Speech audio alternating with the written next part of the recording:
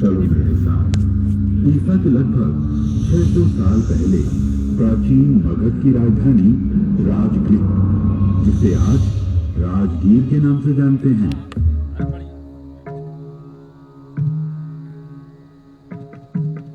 ये महात्मा कौन है इतिहास, जिनके दर्शन मात्र से मेरा मन प्रेम और करुणा से भर उठा। क्रोध और शत्रुता जाती रही, हृदय दया और मैत्री जैसे कोमल भावों को पा निर्मल हो गया। अपने सौभाग्य का आभार मानो वर्तमान, जो तुम्हें भगवान बुद्ध के दर्शन हुए हैं। आज तथागत चीवर पहन, भिक्षा पात्र उठाए, भिक्षु संघ के साथ राजगृह की ओर जाते हैं। आज के दिन कुछ विशेष होने वाला है। देखो मित्र विजय, ये बहुत विशुद्ध दल तो हमारी ओर ही आ रहा है। हाँ जय, और देख, लगता है उनके आगे आगे स्वयं भगवान बुद्ध चले आते हैं। भगवान बुद्ध, मैं भी उन्हें भिक्षा दूंगा। जय रुको, तुम क्या दान दोगे? तुम्हारे पास तो अन्न भी नहीं है। प्रणाम, मेरी ओर से ये एक मुट्ठी मृदा स्वीकार करें।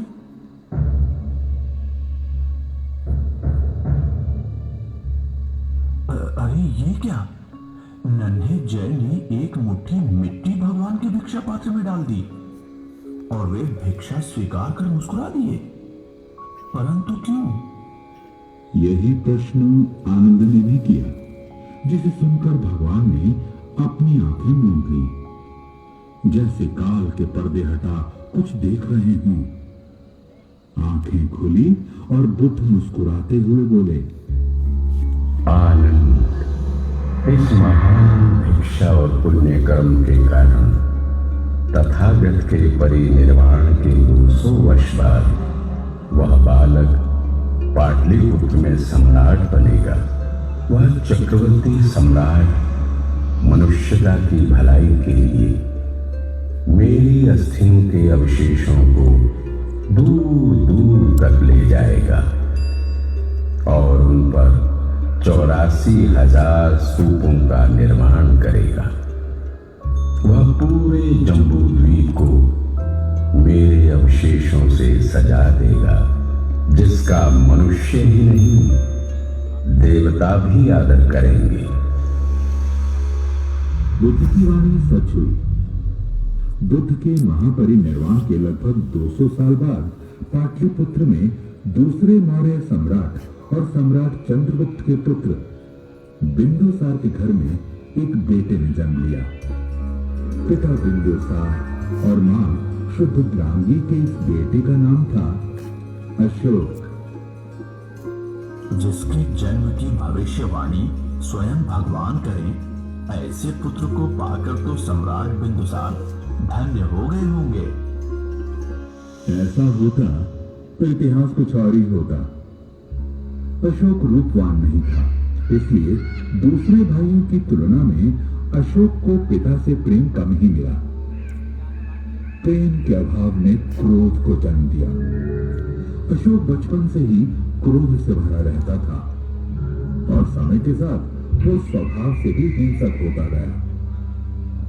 पिता ने उसे पाटलिपुत्र से दूर रखने के लिए उज्जैन का राज्यपाल बनाकर भेज दिया। जो प्रेम अशोक को पिता से नहीं मिला, वो विदिशा नगर के एक साहूकार की बेटी देवी से प्राप्त हुआ।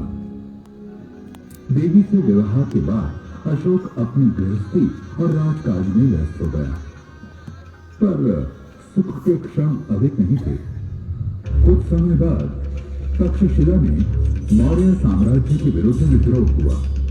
जब अशोक का भाई युवराज सुशील विद्रोह को ना दबा पाया, तब बिंदुसार ने अशोक को उज्जैन से तक्षशिला जाने का आदेश दिया। अशोक ने हिंसा का उत्तर तब हिंसा से दिया और विद्रोह को कुचल कर रख दिया। पर उसकी हिंसा की प्यास अभी रुचि कहां थी। तक्षशिला को जीतकर अशोक उज्जैन नहीं पाटलिपुत्र गया, क्योंकि उसे तो चाहिए था पाटलिपुत्र का सिंहासन रखा।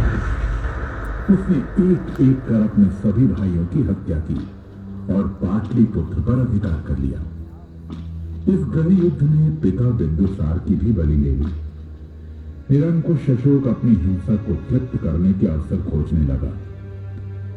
अपने राज्याभिषेक के 8वें साल अशोक ने साम्राज्य विस्तार के लिए कलिंग से युद्ध छेड़ दिया।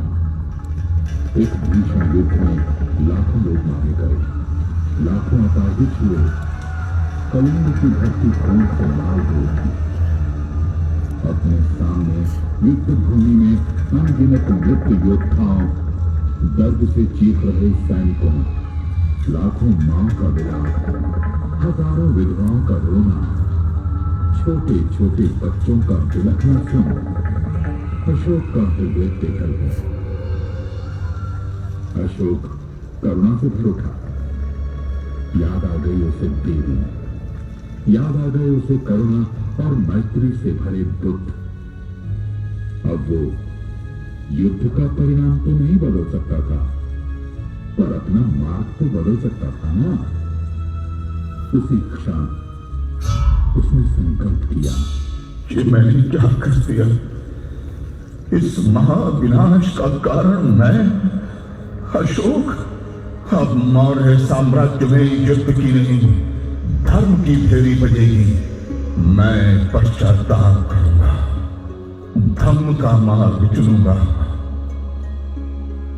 अशोक ने अपना नवीन पुनीत मार्ग चुन लिया और अब वो जिस यात्रा पे निकला वहां विध्वंस नहीं, केवल सृजन था। अशोक की धर्म यात्रा प्रारंभ हो चुकी थी। वो उपगुप्त के साथ लुम्बिनी पहुंचा, जहां तथागत का जन्म हुआ था। फिर बोध गया, जहां बुद्ध को निर्वाण प्राप्त हुआ था। उसने सारनाथ के दर्शन किए, जहां बुद्ध ने धर्म चक्र प्रवर्तन किया था। श्रावस्ती के जेतवन की यात्रा की, जहां बुद्ध ने कई वर्ष वास किया था। और कुशीनारा भी गया, जहां बुद्ध ने परिनिर्वाण प्राप्त किया था। अशोक के मन में विचार आया, मैंने तो कुशीनारा में तथागत के अस्थि अवशेषों पर बने स्तूप के दर्शन किए हैं, पर मेरा देश, मेरी प्रजा कैसे करे? कैसे मैं विश्वास दिलाऊं मनुष्यता को कि इसी जीवन में जीते जी निर्वाण संभव है? अशोक ने पृथ्वी को बुद्ध की रूप काया और स्तूप बनवाकर धर्म काया में बदल डालने का निर्णय लिया। अशोक ने शांतिपूर्ण तरीकों से दूसरे राज्यों और गणराज्यों से तथागत के अस्थि अवशेषों को प्राप्त कर उनका बंटवारा करवाया। फिर सोने, चांदी, सूत्रमणि और स्फटिक की 84,000 छोटी छोटी पेटियों में तथागत की पवित्र अस्थियों को रखवाया। उन पेटियों को अस्थि कलशों में रखवाकर उनके साथ 84,000 आलेख रखवाए गए। जिस दिन 84,000 स्तूपों के निर्माण का काम पूरा हुआ, उस दिन से अशोक धर्म राजा के नाम से जाना जाने लगा। एक समय का दुष्ट हत्यारा चंड अशोक अब धम्म अशोक था। वर्तमान जब पूरे देश में बुद्ध की अस्थियां पहुंच रही थी, तो उन्हें सांची तो आना ही था। धम्म अशोक का हृदय तो यहां बेसनगर में बसता था। उनके प्रिय महेंद्र और संघमित्रा की मां, उनकी पत्नी देवी, किसी तपस्विनी, किसी भिक्षुओं की तरह बुद्ध, संघ और धर्म की उपासना कर रही थी। इसलिए सांची के स्तूप के लिए इस स्थान को चुना गया। देवी ने यह भिक्षुओं के लिए विहार बनवाया। अशोक ने यहां ईंटों का स्तूप बनवाया।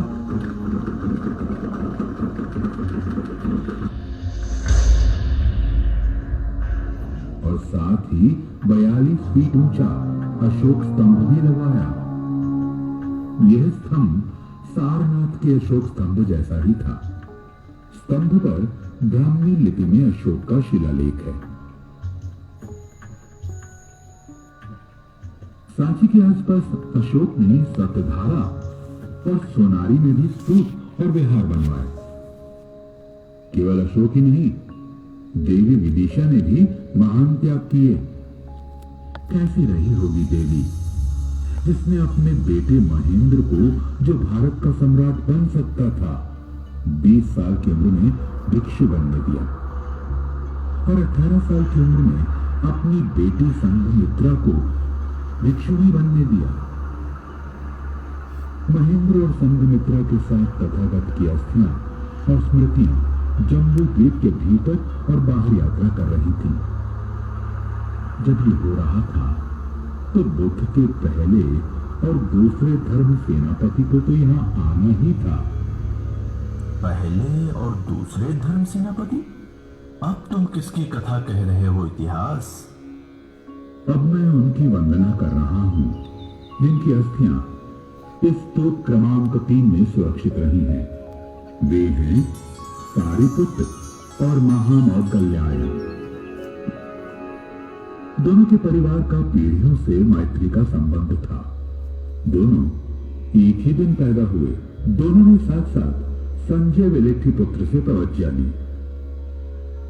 संजय वेलिठीपुत्र के सिद्धांत से संतुष्ट न होने के कारण दोनों साथ साथ तथागत के पास गए। दोनों आयु में बुद्ध से बड़े थे, पर दोनों भगवान के परम शिष्य हुए। घर छोड़ने के 7 साल बाद पिता शुद्धोधन के बहुत आग्रह करने पर बुद्ध भिक्षु संघ के साथ कपिलवस्तु गए। वहां वे नगर के बाहर न्यग्रोधवन में ठहरे। पिता शुद्धोधन के कहने पर तथागत जब यशोधरा से मिलने गए, तब उन्होंने सारिपुत्र और मौद्गल्यायन को साथ लिया था।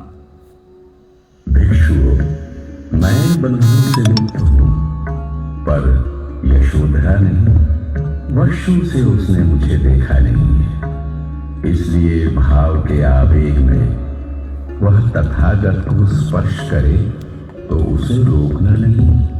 तुम शांत रहना, वह जैसा भी व्यवहार करे उसे करने देना। एक और विमुक्त विरक्त विरागी बुद्ध, और सामने आंसुओं की धारा में डूबती उभरती उनकी पत्नी यशोधरा। एक और पूरी मनुष्यता के लिए मन में करुणा लिए खड़े बुद्ध, और सामने अपनी पीड़ा लिए खड़ी यशोधरा। और इस क्षण को एक और खड़े देख रहे थे सारिपुत्र और महामौद्गल्यायन। कौन लिखता उस क्षण का आंसुओं से भीगा महाकाव्य?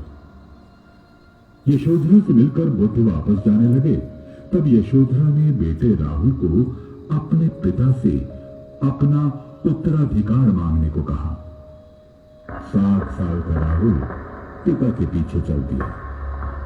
तात, मेरा उत्तराधिकार कहाँ है? तात, मुझे मेरा उत्तराधिकार चाहिए। सारिपुत्र, मेरा पुत्र उत्तराधिकार चाहता है।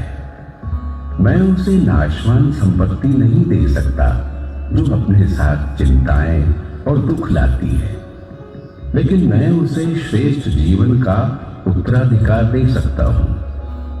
राहुल को प्रवचित करो।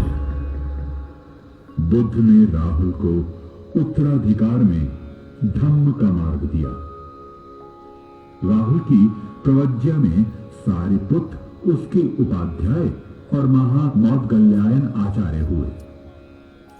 कई मौकों पर तथागत ने सारिपुत्र और मौद्गल्यायन की मुक्त कंठ से प्रशंसा कर उनका अनुकरण करने को कहा, और यह प्रशंसा अकारण भी नहीं थी। जिस तरह उन दोनों ने बुद्ध का अनुकरण किया, वैसा और कोई नहीं कर पाया। मन, वचन, कर्म से वे दोनों बुद्ध ही हो गए थे। जब परिनिर्वाण का समय निकट आया, तब भी सारिपुत्र औरों के उद्धार के बारे में ही चिंतित था। वो अपनी मां, अपनी जननी के पास गया और उन्हें धम्म का मार्ग दिखाते हुए प्रकाश में लीन हो गया। महामौदगल्यायन का अपने मित्र से वियोग हुआ, पर अधिक समय के लिए नहीं। अपने संचित कर्मों का हिसाब किए बिना परिनिर्वाण संभव नहीं। पूर्व जन्म की हिंसा के फलस्वरूप महामौदगल्यायन के द्वार पर हत्यारे आ पहुंचे, पर करुणा मूर्ति ने धैर्य खोए बिना अपनी नियति को स्वीकार किया। सारिपुत्र के परिनिर्वाण के 7 दिन बाद महामौदगल्यायन भी कर्म बंधन से मुक्त हुए।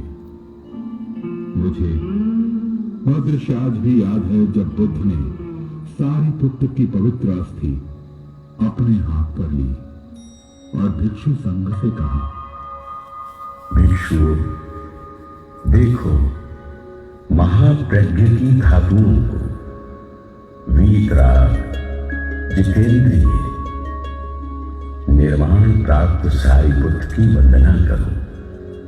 वह क्षमा में पृथ्वी के समान थे, अक्रोधी थे। इच्छाएं कभी उन्हें विचलित नहीं कर सकी। वे अनुकंपन थे।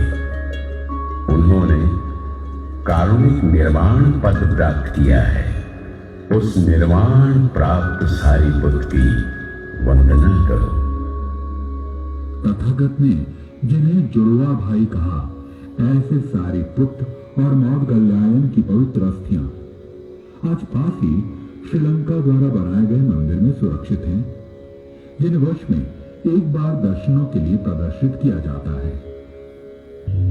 इतिहास इसका अर्थ ये हुआ कि सारिपुत्र और मौदगल्यायन के अस्थि अवशेषों पर जेतवन में स्तूप बने थे, और इन दोनों धर्म सेनापतियों के अवशेषों ने भी भगवान बुद्ध के अवशेषों की तरह यात्रा की। ठीक कहा तुमने वर्तमान, यह कार्य भी अशोक द्वारा ही करवाया गया, और दोनों भिक्षुओं के अवशेष सांची में हैं, ये बात इतिहास में कहीं खो गई, और इसे फिर प्रकाश में आने में कई वर्ष लगे। अशोक के समय यह महास्तूप ईंटों का बना था। विदिशा और आसपास से उपासक यहाँ बरसों स्तूपों की उपासना के लिए आते रहे। एक दिन मौर्य साम्राज्य के सेनापति पुष्यमित्र शुंग ने छल से अंतिम मौर्य सम्राट वृद्धरथ की हत्या कर दी। मौर्य साम्राज्य का पतन हुआ और उसी के साथ शुंग वंश का उदय। शुंग वंश के लोग वैदिक धर्म के अनुयायी थे। चारों ओर वेदों का स्वर गूंजने लगा। ऐसे में किसी बौद्ध द्वेषी ने स्तूप को क्षतिग्रस्त कर डाला। जिस देश में धर्म अशोक ने अपने शिलालेखों में घोषणा करवाई थी कि सिर्फ अपने धर्म का और दूसरे के धर्म का अनादर नहीं होना चाहिए, हर प्रकार से हर स्थिति में दूसरे संप्रदायों का सम्मान करना चाहिए, वहां कोई कैसे ये निंदनीय काम कर सकता था? धिक्कार है उन्हें जो किसी भी स्मारक का अपमान करते हैं। फिर क्या हुआ इतिहास?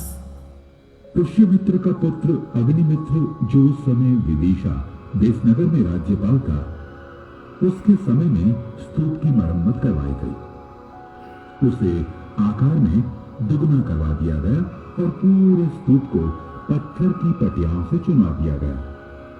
शुंग वंश के बाद सातवाहनों के शासन में ईसा से पहली शताब्दी में चारों दिशाओं में 4 तोरण द्वार और स्तूप के चारों ओर वेदिका जोड़ी गई।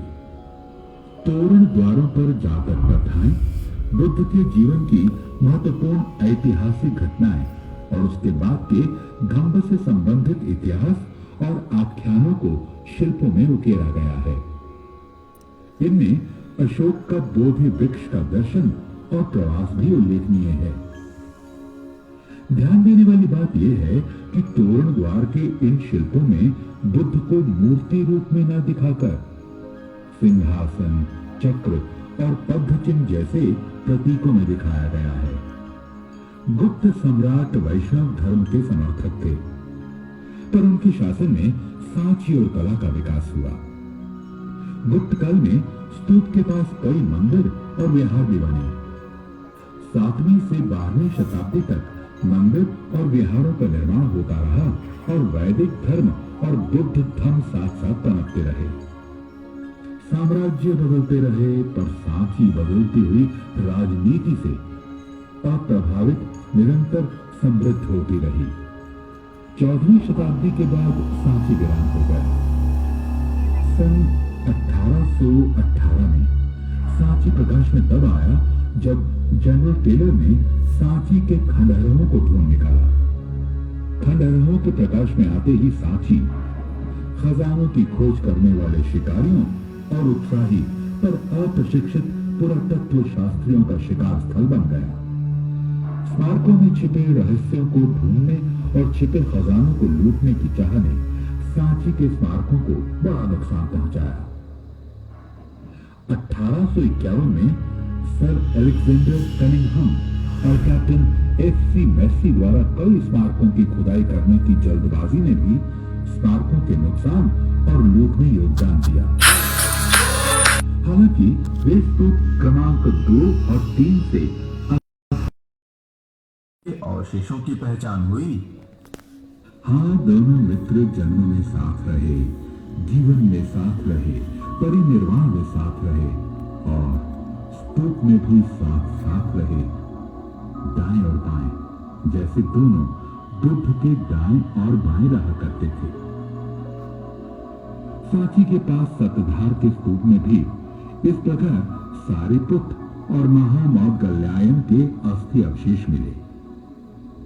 सन 1912 से 1918 तक सर जॉन मार्शल ने व्यवस्थित उत्खनन कर स्तूपों एवं विहारों को सामने लाने एवं वर्तमान स्वरूप में लाने के लिए अथक प्रयास किया।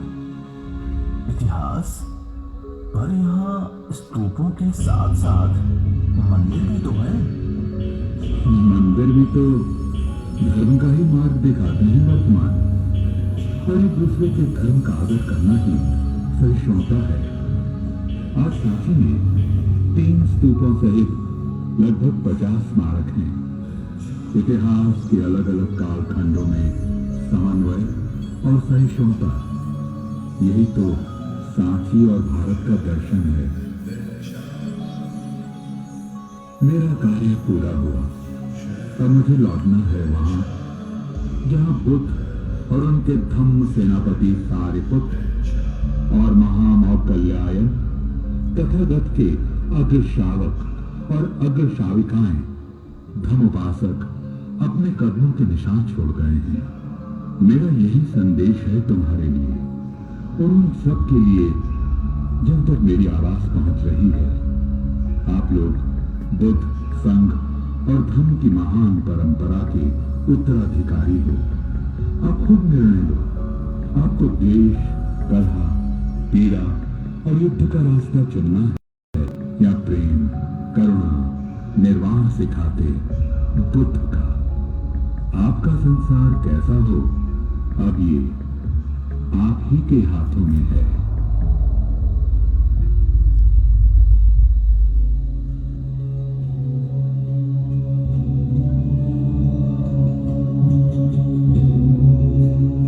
और इस प्रकार शांति और सौहार्द का संदेश देकर इतिहास अंतर ध्यान हो गया और हमारी कथा भी पूरी हुई। इतिहास ने वर्तमान के कंधों पर जो दायित्व धरा है उसे हमें मिलकर निभाना है। इस कार्यक्रम के अंत में हम आपसे यही कामना करते हैं कि आप अपने जीवन को प्रेम के पथ पर लाने का प्रयास करें। ये थी मध्य प्रदेश पर्यटन विभाग की प्रस्तुति।